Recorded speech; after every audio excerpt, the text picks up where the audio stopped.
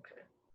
Hey, everybody. Welcome back to the 1455 interview series. We kicked it off with our own Beth Ann Patrick last week, and I want to give a special shout out to her, not only for being the first person, but she will turn out to be the only author that didn't see the questions in advance. So she really was without a net and very brave, and she did great, of course. So a big shout out to her. We're rolling right into the next one with another personal favorite and a good friend of mine who I admire in great to a great extent, and it's Karen Bender. Let me introduce her, and then we'll bring her on and ask the questions. Karen Bender is the author of the story collection Refund, which was a finalist for the National Book Award in Fiction in 2015, also shortlisted for the Frank O'Connor International Short Story Prize and longlisted for the Story Prize. She's also the author of the story collection The New Order, which was longlisted for the Story Prize. Her novels are A Town of Empty Rooms and Like Normal People. She's the Distinguished Visiting Professor of Creative Writing at Hollins University. She's also the fiction editor at Scoundrel Time, which is a literary magazine that I enthusiastically endorse you checking out if you don't already know it. Visit her at www.karenebender.com. Karen, welcome to, I won't even call it the Lion's Den because this is more of a Lion's Cub den, but I'm so psyched to include you in this series. And as always, you've always been willing and able and interested in supporting a 1455. So it means a lot to me to have you here. Oh, well, I'm excited. I love what you're doing with 1455. It's awesome. So well, thank you. Well, it wouldn't be the same without you. So okay. I can't wait. I mean, I'm both the curator, but a fan. So I can't wait to hear the answers. As usual, I'm going to set the timer for 14 minutes and 55 seconds, and we'll get through as many of these probing questions as possible. So let's kick it off, and we're off. Okay, Karen. What is the first book that made you want to be a writer, or what book changed your life? Such a great question. And of course, there are many. But the one that just came to mind, sort of automatically was when I was in high school, and you do so much formative reading in high school and junior high and college. And that book was Catcher in the Rye. And I just really will never forget reading it, in high school as an assignment. And I was in a different room from my family. I was reading it and I just started crying because I just felt like Holden tapped into something that I understood so deeply about growing up and the difficulties of that, and also about anxiety. I thought he wrote about anxiety in a way that was just really great. And I felt understood by the book in a way that I hadn't by any, and also just the fact that I finished it and my family was in another room watching TV. I remember it just was a feeling of reading is so, personal, and it changes you in this like really deep way that's separate from everyone around you, so that felt really powerful. So I would say that. Great answer. And I think probably most writers can relate that that book finds you, and it tends to find people at the right age, which is probably any teen year, but certainly the high school years, that seems to resonate super deeply. Right. If you have one, this is another impossible question, but who is your most profound artistic influence? And you just need to name one. I know that all of us have. I can't name one. Sorry. I think with that, and this is sort of an umbrella answer, anyone who writes things that feel very honest, and I feel like honesty is something that I feel like I've defined different ways, like Catcher in the Rye was so honest, and then Fear of Flying by Erica Jong, I thought was incredibly honest. Kinflix by Lisa Alter was really honest. Philip Roth, everything by Philip Roth is amazing, or John Cheever then. Yeah. James Baldwin is incredibly honest, so I feel like it's just any writer who is honest. Good enough. How can we hassle that answer? All right, how about either an album or movie that you would immediately recommend without reservation? So many. What came to mind first when I thought about this, I was like, what first comes to mind is, well, I don't know what album, but anything by Barbra Streisand, who I adore. I actually saw her in person in the Barclays Center at a concert a few years ago. And she's just, her voice is just one of the best things in the world. So I just love her. And just a movie I recently saw with my husband Robert is it's called Late Spring by the Japanese director Ozu. And it's amazing. I mean, basically I saw it and I cried for a day afterward because it's actually an amazing story about separation between a parents and child, like how hard it is to separate from a parent. And it's just beautiful. So Thank you.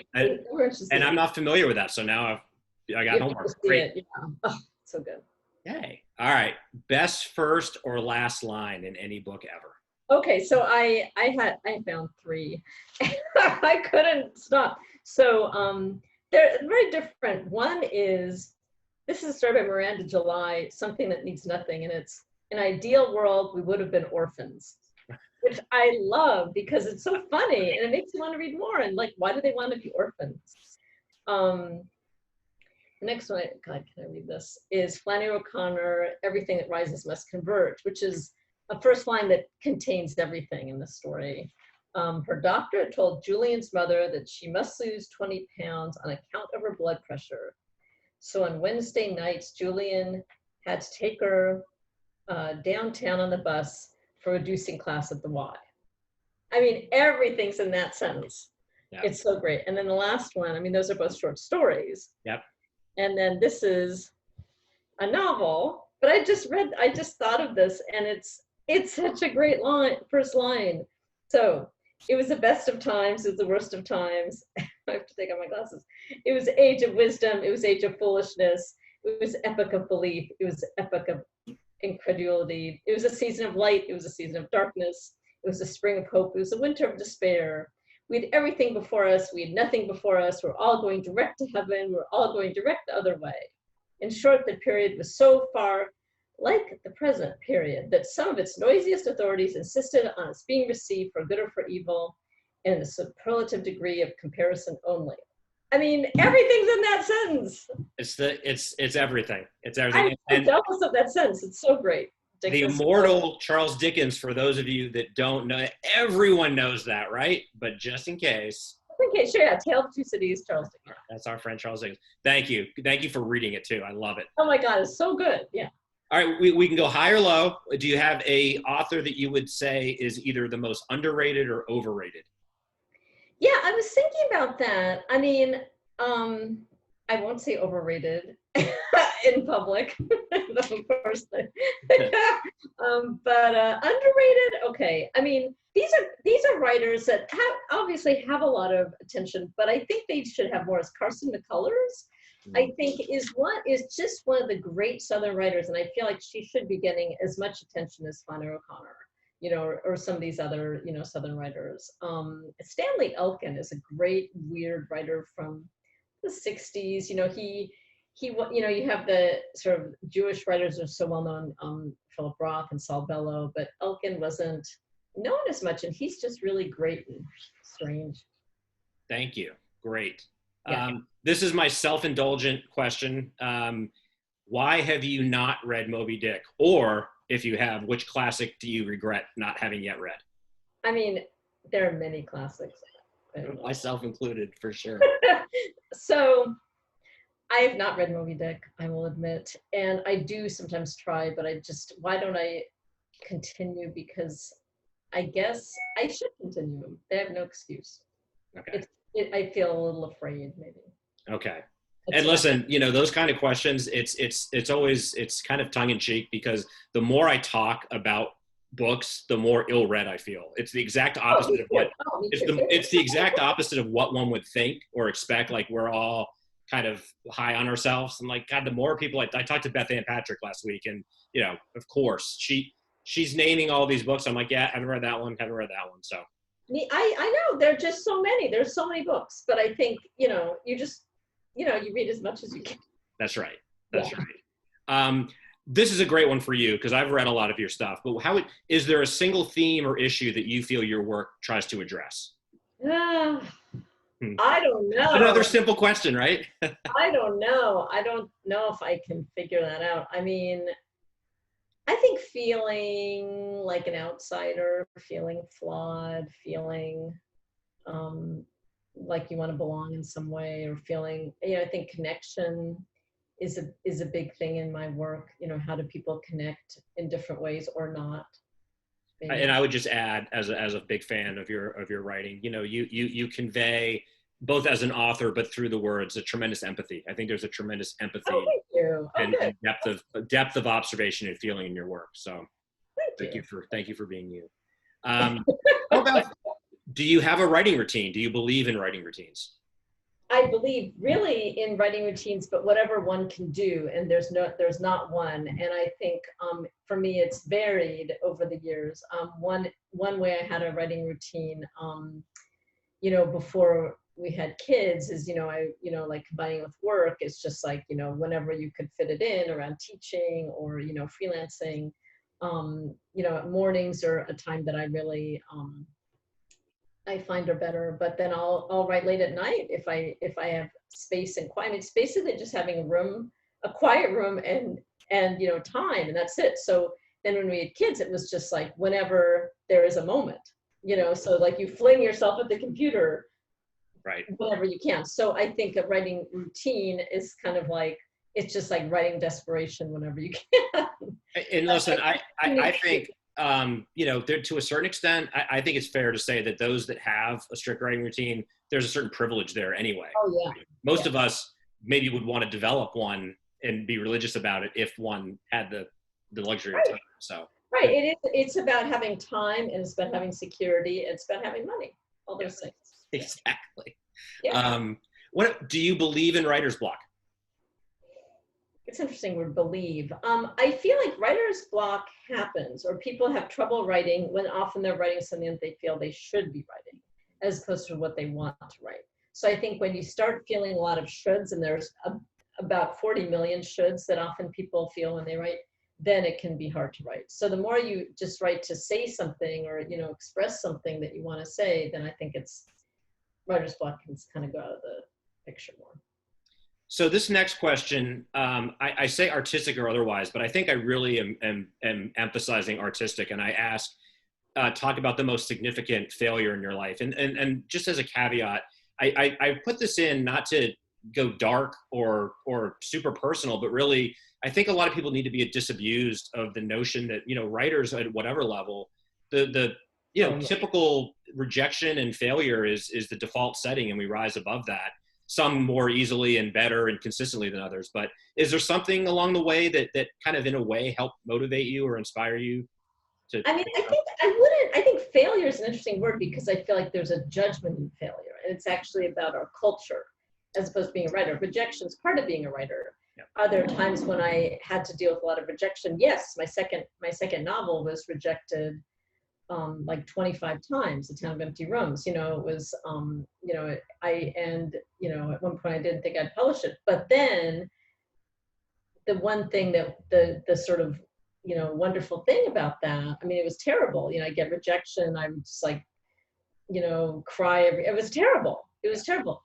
But then I knew I wanted to get to an independent press. I knew I wanted to be published. I thought it was a good book. And so I asked around, and I got to my editor. I know someone that was at Counterpoint, and they said, I think my editor would like it. And I got my agent to send it, and then he took it and loved it. And now I have, I found my publisher and my editor. So it was one of those things where it's like, I think I wouldn't call it failure. I would call it the rejection that's just part of being a writer, and how you can find a way to adapt. Yeah. I think being a writer is a lot about adapting. Absolutely. Yeah. Well, so it's kind of dovetailing that. You may have already really kind of answered this, but how would you, if you could describe briefly, how have you developed your career? I mean, it's funny when people call writing a career, because it's such a joke. It's like, for me, it is not. Right. Career just sounds like you go and you have a 9-to-5 job. It's like, it's like a crazy, completely arbitrary calling where you don't know what's going to work and what won't. And you just have to keep doing it because you like to do it. And I think the more saleable skills you have, the better. because I think you can't depend on writing for money. I mean, sometimes you can make money at it, but you can't depend on it. So I think, you know, yeah, I don't know what to say about it as a career. I think it's a calling. It's something you have to do. And then, yeah. Love it. Well, okay, so define or explain what literary success means to you, or one way that Oh, you define that's interesting. I mean, I think it has varied at points in my life. Like when I was, before my first book, I was like, I want a big advance and I want to be published in these great places. And that did happen. I mean, that was actually a really great thing with my first book. And then then it was like, and then when you start reaching readers, that's amazing. When people read your work and they respond to it, that's the best feeling. It's just the best feeling. And then I think, the financial piece is gotten more hard, with writing. So I think, but I would say I feel successful as a writer because I feel like people read my work. I love that. Yeah. So that's the great thing. That's everything. Yeah. Good for you. Is there something you wish you had known as an artist 10 or 20 years ago? That's a great question. Trust the process and trust staying with work until it's done. I think a lot of people, it's easy to want to rush things out because the culture is so publishing oriented and so focused on all the externals. You just want to get out there, which makes sense. And, of course, everyone does. And why not? You want to. But if you stay with work until it's really done and rereading it a few times and, getting feedback, then it gets better. So I think, that when I started doing that, my work got better. Right on. And we're perfect. We're at the last question with like 10 seconds left. Do you have a brief exhortation for a beginning writer that's looking for advice? Yeah. Trust the process, revise. That's it. I mean, could we have time? There it is. We did it. We got through them all. We did it. I can't believe it. So listen, Karen, it's always a pleasure. Thank you. And I do want to remind those of you checking this out, Karen has been part of our author series. So if you go to our blog and scroll back quite a ways, we've got video of her reading from The New Order. And we have video from our recent literary festival where she gave a free workshop. That's available at our YouTube page, links all over our website. And we're about to announce, I think I teased this last week, a formal workshop series with a bunch of awesome authors, of which Karen is one. We're delighted and proud to have her in our stable. So stay tuned for that because you'll have an opportunity if you'd like to work directly with Karen on some amazing seminars that she's going to be conducting. So Karen Bender, thanks for joining us. And we'll see you again soon because it's inevitable. Definitely. All right, well, take care, keep writing, and we'll talk to you soon. Yeah, great. Thank you.